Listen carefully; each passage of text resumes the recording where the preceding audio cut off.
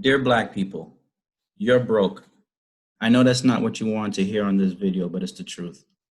You see, you don't consider yourself broke because of how the English language defines broke.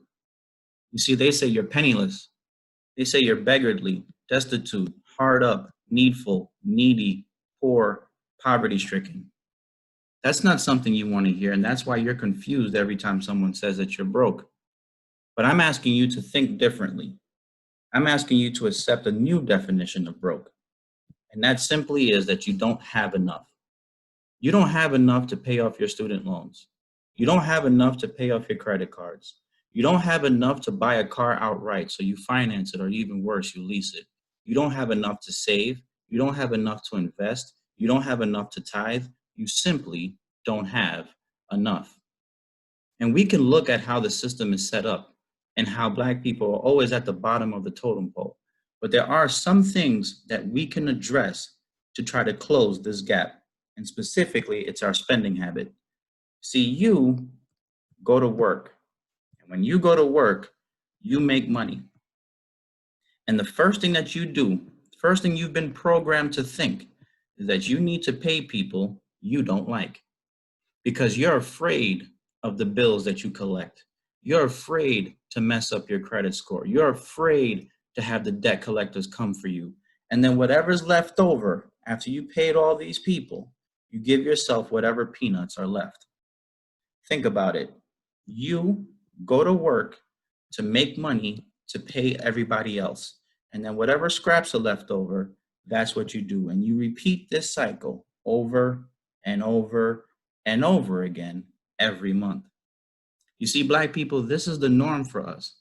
But I'm arguing with you that the norm is broke because you're not able to save, you're not able to tithe, you're not able to invest, you're not able to secure a financial independence. You see, the norm is broke. But I offer a different solution. How about you still go to work and you still go to work to make money? But how about for once in our life, we make ourselves a priority before we pay a bunch of people we don't like?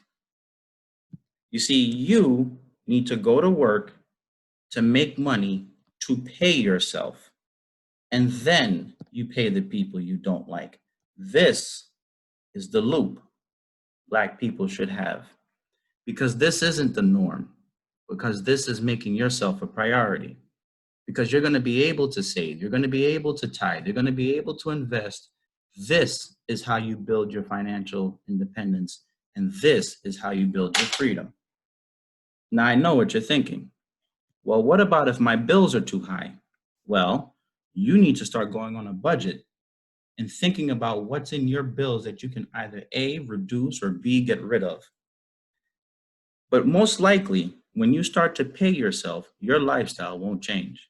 You will make a way for you to make sure you pay your bills while you secure your future. Another thought, how much should you pay yourself? For now, let's just say it's 10%. So if you make $4,000 a month, you pay yourself $400 a month. Why?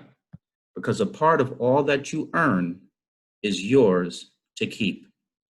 A part of all that you earn is yours to keep.